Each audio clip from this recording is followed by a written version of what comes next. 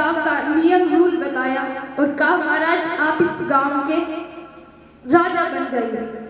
संत जानते थे कि 1 साल के बाद मैं भी उस टापू पर जाऊंगा, जैसे ये लोग मर रहे वैसे मैं भी मर जाऊंगा। फिर भी संत उस नगर के राजा बने, 1 साल तक राज्य किया और फिर उसे उसी टापू पर छोड़ दिया गया, लेकिन संत मरे नहीं। ध्यान से सुनना, क्यों नहीं मरे? क्योंकि 1 साल का जो संत के पास समय था, टाइम था, उस टाइम में संत ने और राजाओं की तरह ऐसे नहीं किया। उन रानियों का, उन दास दासियों का, उन रथों का उन्होंने कभी उपयोग नहीं किया, कभी उनका सुख नहीं लिया। अपना पूरा साल उसने उस टापू को सुधारने में लगा दिया, उस टापू को साफ करवाया, समतल स्थान बनवाया, वहां पे जल भिजवाया, झरने बनवाए, पेड़ पौधे लगवाए। कहने का भाव उस टापू को इतना सुंदर बना दिया कि जो भी कोई रहे उसका जो जीवन इतना खुश हो जाए, इतना खुश हो जाए कि जीवन का उसे सब सुख मिल जाए। वैसे ही जैसे संत ने किया, वैसे ही ये जो दुनिया है वो एक नगर है। जब तक हम यहाँ पर रहे राजा बनकर रहे, पूरी ऐसी नौकर चाकरों की, गाड़ी बंगलों की, बेटे पोतों की सब सुख होगा, लेकिन कभी उस आने वाले, आगे जाने वाला, मौत को पार करके जो टापू आता है उसको कभी नहीं पहचानने की, इसे साफ करने की, सुधारने की कभी कोशिश नहीं की। हमारा जो जीवन है एक दिन समाप्त हो जाता है और मरने के बाद हम कहाँ जाएंगे? अच्छे कर्म किए तो स्वर्ग में चले जाएंगे, बुरे कर्म किए तो नरक में चले जाएंगे। वैसे ही वो नरक मतलब वो टापू है। जीवन में अगर हम अच्छे कर्म करें तो हमें आगे जाके अच्छा स्वर्ग में जाएंगे, अच्छा स्थान हमें मिलेगा। वैसे ही इंसान अगर चाहे तो अपना जीवन अपने आप बना सकता है। संत जो होते हैं यहाँ पर रहते हैं, लेकिन समय निकालकर भगवान का भजन करते हैं, सत्संग करते हैं, भगवान की चर्चा करते हैं, जिससे उनका आगे का जो समय है वो सुधर जाए। सुत जी महाराज ने सनकादि ऋषियों को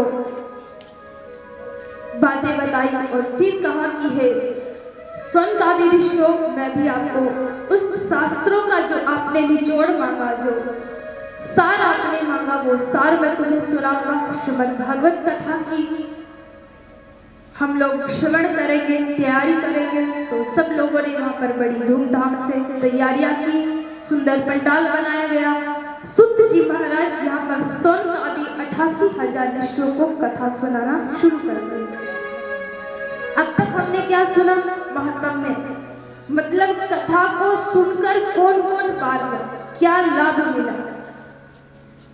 और इधर सुत जी महाराज ने सनकादि ऋषियों को कहा कि हे सनकादि ऋषियों, आज मैं तुम्हें वो श्रीमद् भागवत की कथा सुनाने जा रहा हूँ जो मैंने व्यास जी के पुत्र सुखदेव जी के द्वारा सुनी। तो सनकादि ऋषियों ने सवाल किया, हे महाराज, हमने सुना है कि जो सुखदेव जी जो थे, व्यास जी के जो पुत्र थे, वो कभी एक जगह रहते ही नहीं थे। फिर उन्होंने कैसे श्रीमद् भागवत कथा को सुना, अपने पिताजी के पास रहे, वो कैसे उन्होंने ये सब कुछ ज्ञान प्राप्त किया? तब सुत जी महाराज सनकादि ऋषियों से कहते हैं, हे सनकादि ऋषियों, एक बार भगवान शिव और पार्वती जो थे बैठे थे। मैया पार्वती ने, नारद जी ने मैया पार्वती से कहा कि हे मैया, भगवान शिव हमेशा हर वक्त ध्यान में बैठे रहते हैं, उनके किसका ध्यान करते हैं, किसका भजन करते हैं, आप उनसे जानने की कोशिश करना। जो ही भगवान शंकर ध्यान से उठे तो मैया पार्वती ने सवाल किया, हे भोलेनाथ, हे भगवान, आप हर रोज किसका ध्यान करते हो? घंटे घंटे दिन भर आंखें बंद करके क्या देखते हो? ऐसा कौन सा आनंद मिलता है कि आप पूरे दिन आंखें बंद करके बैठे रहते हो?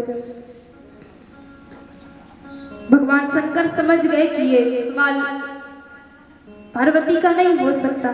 कथा बहुत विस्तार से है, तो अब थोड़ी सी संक्षिप्त में, लेकिन कल उसका विस्तार से वर्णन करेंगे।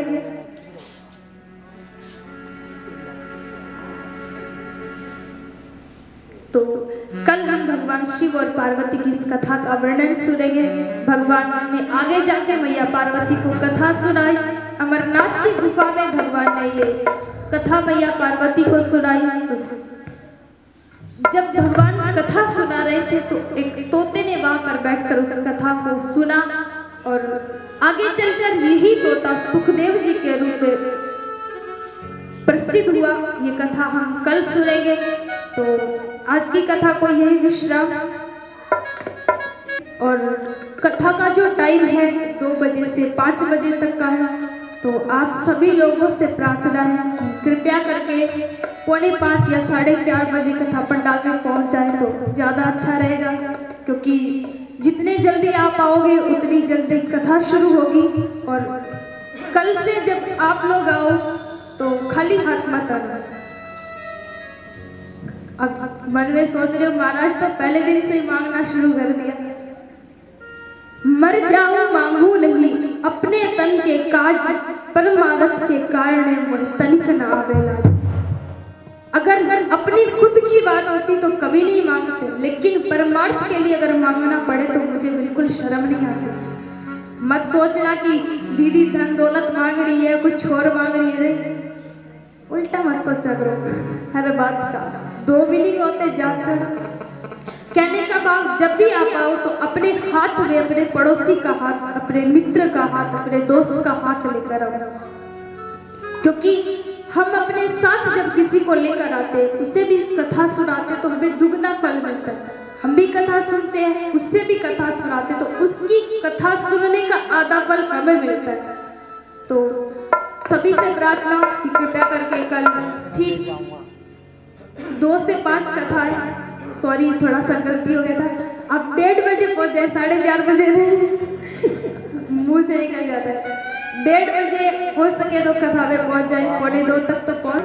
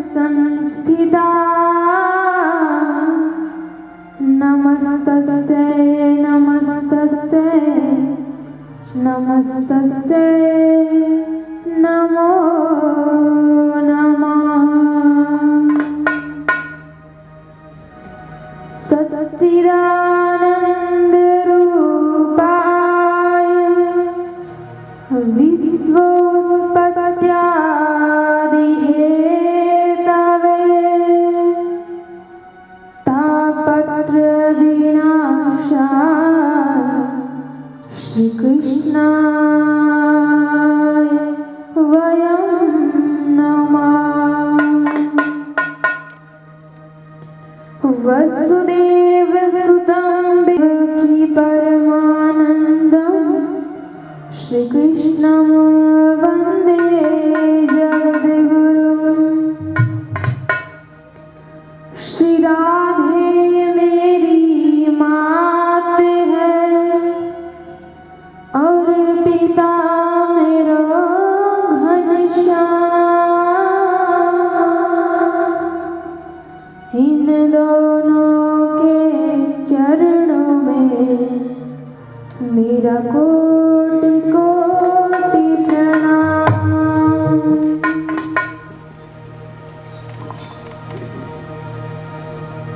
वृंदावन सोवन नहीं और नंदगांव सुगाम। बंसी बट सो बट नहीं और कृष्ण नाम सो नाम। सब द्वारन को छोड़ के हम आए तुम्हारे द्वार। अब वृषभानु की लाडली निक हमरी और निहार। बोली कृष्ण कन्हैया लाल की। बोली भागवत महापुराण की। बोली सद्गुरुदेव भगवान की।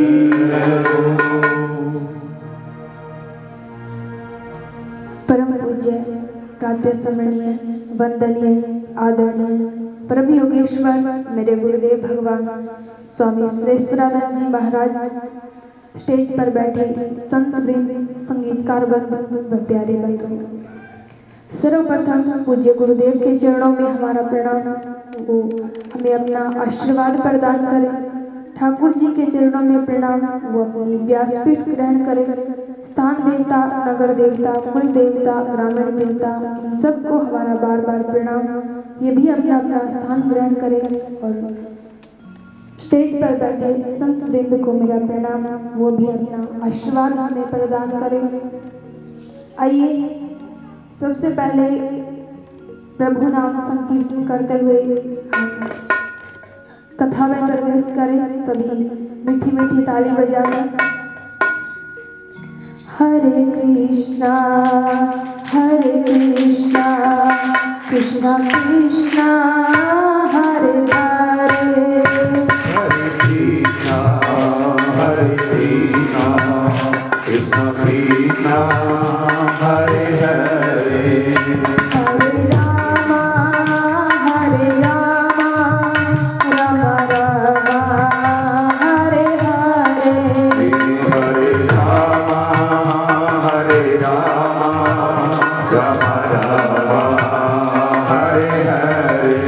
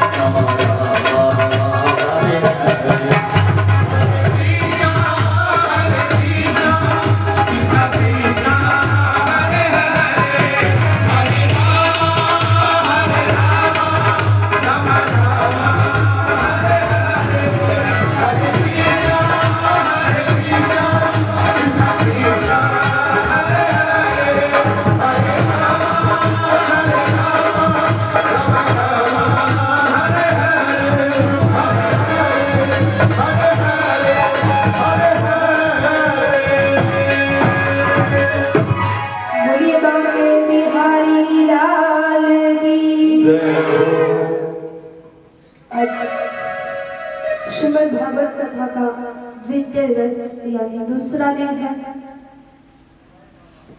आज हमारे बीच में हासी के पास से स्वामी सागरनाथ जी महाराज और उनके साथ स्वामी जी श्री साहेबुल हासी से पधारे हैं। एक बार उनके स्वागत में जोरदार तालियां बजाकर उनका स्वागत करें।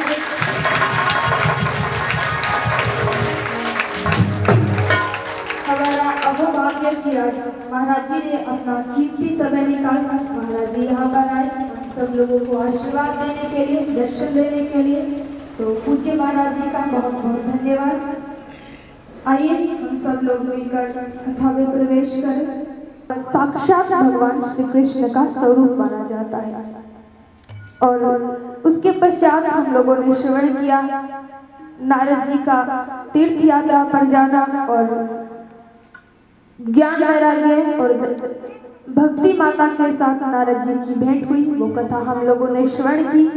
उसके बाद में हम लोगों ने गोकर्ण और धुंधकारी जी का चरित्र सुना। 88,000 ऋषि किस प्रकार नैमिषारण्य में की उस पावन धरा पर पधारते हैं वो कथा हम लोगों ने सुनी। इधर 88,000 ऋषियों ने सोनकादि ऋषियों ने सुत जी महाराज जी से 6 प्रश्न किए। याद है ना कौन कौन से प्रश्न किए थे? पहला प्रश्न कि देवों में श्रेष्ठ देव कौन है? लोग कहता है हम किसकी पूजा करें? कोई कहता है दुर्गा की पूजा करें, कोई कहता है राम की पूजा करें। हम किसकी पूजा करें? देवों में श्रेष्ठ देव कौन है? हम किसकी पूजा करें? भगवान इस पृथ्वी पर अवतार लेकर क्यों आते हैं? और जब भगवान इस पृथ्वी को छोड़कर चले जाते हैं तो धर्म किसकी शरण में जाता है? भगवान के कुल कितने अवतार हैं? ऐसे 6 प्रश्न सोनकादि ऋषियों ने सुत जी महाराज से किए। उसके पश्चात सुत जी महाराज ने कथा सुनाना आरंभ किया। गोकर्ण धुंधकारी का चरित्र सुनाया और आगे सुत जी महाराज ने कथा सुनाना शुरू किया। और सुत जी महाराज कहते कि हे सोनकादि ऋषियों, जो इंसान कम समय में बहुत कुछ सुनना चाहे, आप लोगों ने ग्रंथों का, शास्त्रों का सार निचोड़ मांगा, तो जो शास्त्रों का सार है वो श्रीमद् भागवत है।